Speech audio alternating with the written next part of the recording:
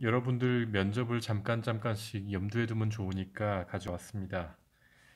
핀란드의 휴대전화 부회장이니까 뭐 우리나라로 치면은 삼성 부회장 정도 되겠죠? 과속을 했는데 벌금으로 1억 3천만 원 정도를 물게 됐습니다. 이건 소득 기반 범칙금제라고 해서 같은 교통법규를 위반해도 소득에 따라서 범칙금을 다르게 부과하는 제도입니다. 우리나라 같으면은 5만 원 정도 부과를 할 것을 핀란드 같은 경우는 최저 5만 원에서 최대 뭐 1억 이상도 벌금을 부과한다는 것이죠. 이것에 대해서 무엇이 더 평등한가를 물어보는 문제였고요. 여러분이 어떻게 대답을 하든지 반론을 교수가 할 것이고 여러분들이 논리적으로 답변을 하시면 됩니다. 친구들과 한번 얘기를 나눠 보시면 좋을 것 같습니다. 13번 문제 볼게요. 여러분들 6월 모의평가 문제인데요. 음운 변동 4가지가 있습니다. 배운 기억이 나시겠지만 중학교 때도 배웠고 모의평가나 뭐 교과서에서도 어느 정도 다뤄졌습니다. 이 4가지가 있는데 교체, 탈락, 첨가, 축약이 있고요. 교체는 바뀌는 거, 탈락은 없어지는 거, 첨가는 생기는 거, 축약은 두 가지가 합쳐져서 다른 것으로 변하는 것입니다. 그 예로 여기 예문을 잘 보시면 좋은데 집릴 같은 경우에는 비읍이 미음으로 바뀌었습니다. 첨가가 일어났죠. 그리고 이응은 뭐 니은으로 바뀌었다고 보시는 게 아니라요. 이응은 빈자리 0에서 무언가 니은이 첨가된 걸로 보시는 겁니다. 그러면 음운 개수가 하나 늘어났죠. 당만 같은 경우에는 리을이 탈락했고 기역이 이응으로 교체됐습니다. 리을이 탈락했으니까 음운 개수는 줄었죠. 뜻하다는 시옷이 디귿으로 바뀐 다음에 히읗과 축약됐습니다. 그래서 축약이 일어났으니까 개수는 줄어들었죠. 한편 맞는 같은 경우는 교체가 2번 일어났다는 태도를 갖고 있습니다.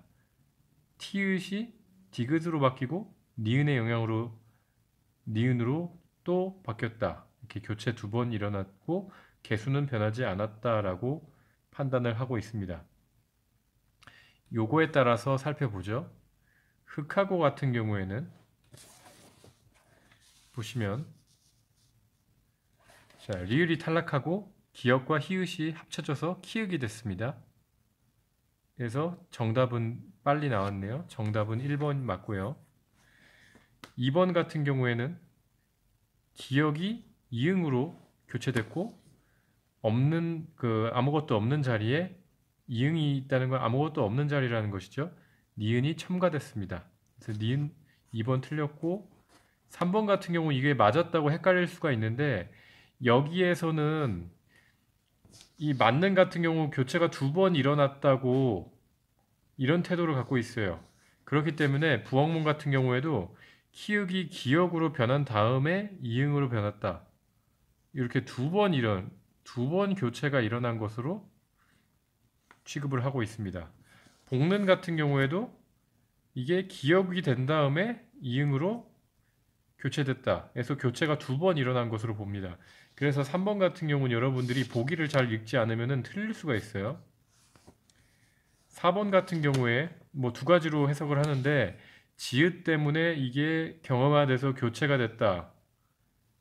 이게 먼저 일어나고요. 그 다음에 지읒이 탈락했다. 어쨌든 탈락과 교체가 일어났습니다. 이것도 마찬가지로 기억이 여기 뒤에 있는 기억에 영향을 줘서 된소리로 교체되고 기억이 탈락했다. 그러니까 여러분들이 뭐 전에도 얘기했듯이 쌍기역이라고 하는 것은 기억이 2개 있는 게 아니라 그냥 기역, 예사소리 기역에 해당하는 된소리를 표시할 때 뭐 언어에 따라서는 뭐 이렇게 점을 찍기도 하는데 이렇게 하지 않고 2개를 겹쳐 적는 모양을 그냥 나타낸 거예요. 그래서 이걸 여러분들은 기억이 2개 있다라고 혼동하시면 절대 안 됩니다. 이것은 그냥 영국의 경음이라는 한 개의 의문을 나타내기 위한 그냥 글자입니다. 5번 볼게요. 자, 비읍의 영향으로 뭘 주기가 어려우니까 뒤에 있는 니은이니까요. 비읍이 그냥 탈락하고 리을이 니은과 만나서 뒤에 있는 니은이 리을로 교체됐습니다. 그러니까 탈락과 교체죠. 여기서든 리을이 탈락하고 기역이 니은의 영향을 받아서 이응으로 바뀌었습니다. 그러니까 여러분들은 왜 이응으로 바뀌었는지 이런 것까지는 모르고 있어도 문제를 충분히 풀 수가 있어요. 보기만 이해하면은 어떻게든 문제를 풀 수는 있게 되어 있습니다. 이 내용은 좀 어렵게 느껴질 수 있겠는데 2학년 2학기 때 되면은 다시 자세하게 배울 것입니다. 여러분들이 미리 모의고사 공부할 때 도움이 되시라고 한번 해설을 해드리는 거예요. 14번 같은 경우에도 좀 어렵게 느껴질 수 있는데 문장 성분과 문장 구조에 대한 이해를 여러분들이 하셔야 되거든요. 문장 성분과 구조에 대해서 좀 살펴볼게요.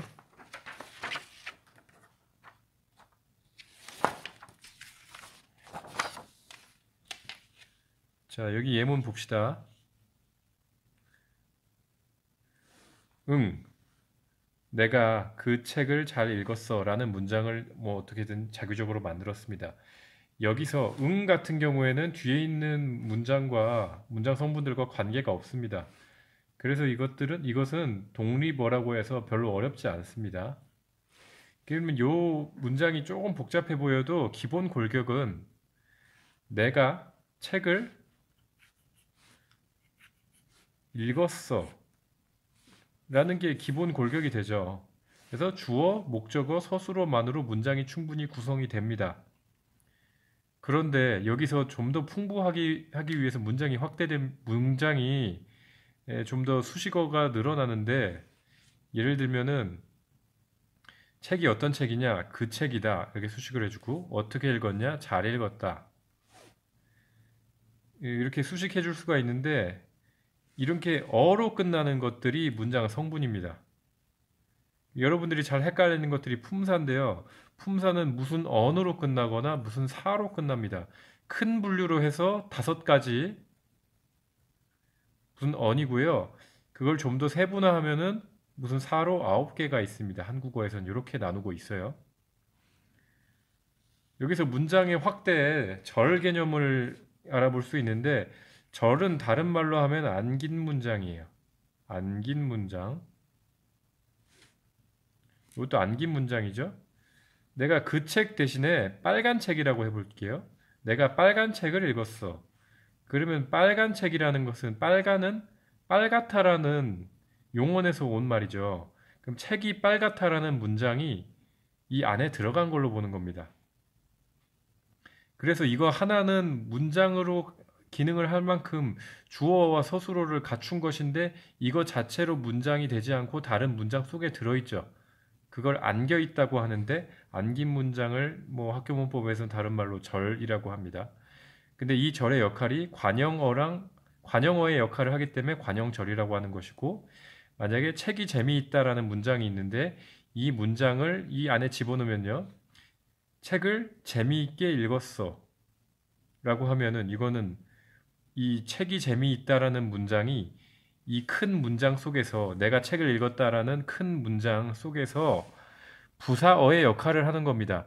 부사어 역할을 하니까 부사절이라고 하는 거고요. 그때 이 큰 문장은 아는 문장이라고 합니다. 안으면은 그 속에 안긴 게 들어가죠. 자, 여러분들이 여기서 하나 더 확인해 볼 것이 서술절이라는 게 있는데요. 이거 자체가 하나의 문장을 구성을 할 수는 있는데 다른 더 큰 문장 속에 들어있어요. 그러니까 코끼리가 긴 게 아니죠. 그 안에서 코가 긴 겁니다. 그럼 예를 들어서 여러분들이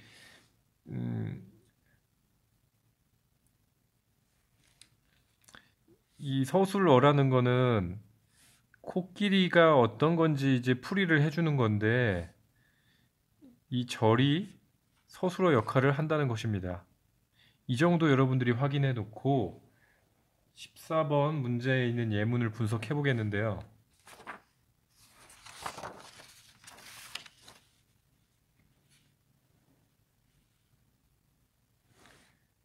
그녀는 무엇을 기다린다라는 문장에서 뭘 기다립니까?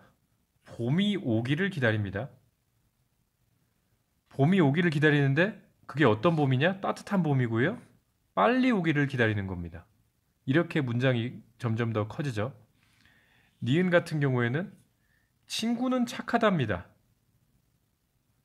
근데 그 친구가 어떤 친구냐? 내가 만나다. 내가 친구를 만나다라는 문장이 들어있고요. 여기서는 착하다가 마음이 정말 착하다라고 더 확장이 되어 있습니다. 그래서 이거 자체가 서술어 역할을 하는 거죠. 서술절이 됩니다.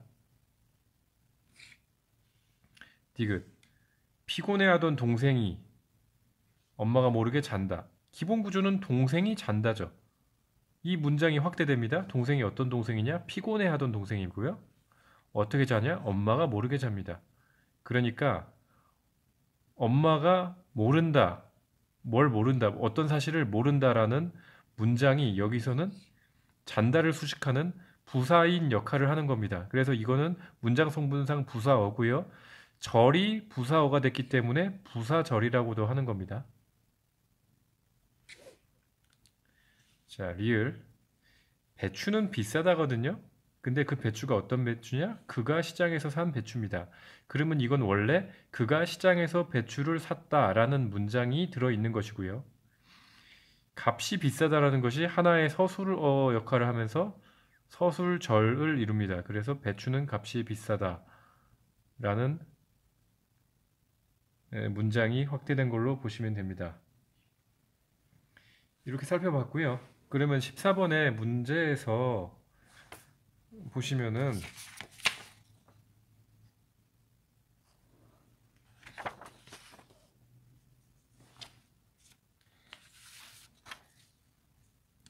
자, 기역과 니은은 체언을 수식하는 안긴 문장이 있다. 기역에서 체언을 수식하는 안긴 문장 따뜻한 봄이고요. 니은에서는 친구인데 어떤 친구요? 내가 만난 친구입니다. 이렇게 있고요. 디귿과 리을에는 서술어 기능을 하는 안긴 문장. 리을 같은 경우는 값이 비싸다가 있는데요. 디귿에서는 엄마가 모른다라는 이게 서술어가 될 수 있는 거잖아요. 엄마가 모른다. 그래서 이게 이제 부사어 역할을 하는 것이지 안긴 문장은 아닙니다. 그래서 정답은 이 디귿 때문에 정답은 2번이 됩니다. 기억 보세요. 명사절 속에 부사어가 있고 명사절 오기 무엇을 하니까 어떤 대상인데 빨리 오기 해서 여기 부사어가 들어있고요. 니은은 서술절 속에 부사어가 있다. 니은은 서술절 마음이 정말 착하다 안에 부사어가 들어있죠. 정말이란 부사어가 들어있고요. 기억은 주어가 생략된 안긴 문장이 있다. 여기 보면은 봄이 따뜻하다인데 봄이 따뜻한 봄이 중복되니까 생략을 했습니다. 여기서는 봄이고요. 리을은 목적어가 생략된 안긴 문장. 리을에서 그가 시장에서 배추를 샀다. 그가 시장에서 배추를 산에서 배추가 생략되어 있습니다. 목적어가 생략됐죠. 배추를 이라는 목적어가 생략되어 있어요. 5번 볼게요. 디귿은 부사어의 기능을 하는 안긴 문장이 있고 요거죠. 엄마가 모르게. 리을은 관형어 기능을 하는 안긴 문장이 있다. 관형어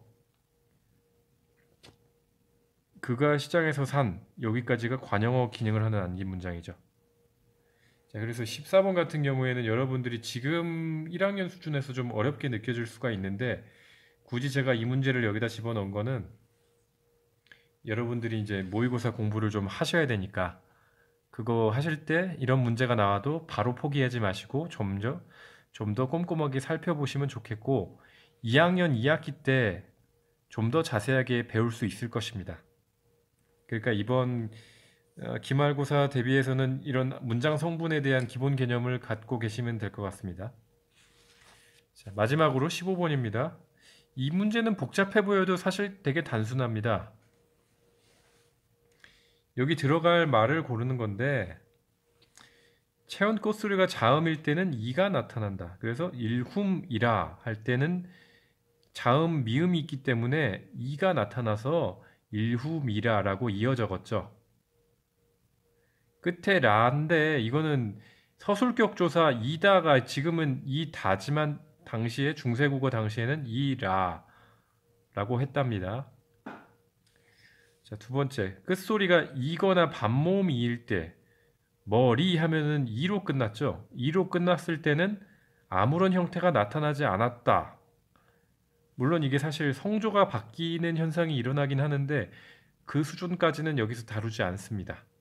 그러니까 여러분들 뭐 학원에서 여기서는 성조가 바뀌었다라고 가르쳐 주실 수는 있는데요. 수능에선 그 정도 수준까지 묻질 않아요. 그리고 마지막으로 끝소리가 이 두 가지 다 아닌 경우에는 모음 이가 나타났다. 부텨까지는 이게 받침도 없고 이로 끝나지도 않았잖아요. 그래서 이가 나타납니다. 이만 나타납니다. 그래서 부처의 신이라 이렇게 읽었겠죠. 그러면 여러분들 여기 보세요. 이다. 이로 끝났으니까 아무것도 안 붙습니다. 그래서 니라. 바이다. 근데 이게 이가 아닌 모음으로 끝났으니까 바에다가 이만 붙인 다음에 라를 붙이고 있고요. 누는 다락. 받침이 있으니까 이가 붙습니다. 다라 기라. 이거는 이제 이어적기니까 이렇게 이어적었죠. 이어적기가 아니었다면 이렇게 썼겠죠. 다락이라라고 했을 텐데 이 당시에는 이어졌기 때문에 이렇게 쓰지는 않고 그냥 이렇게 이어적었습니다. 그래서 정답은 4번입니다. 이게 어렵게 보이지만은 차근차근히 보시면은 그렇게 어렵지 않은 문제입니다.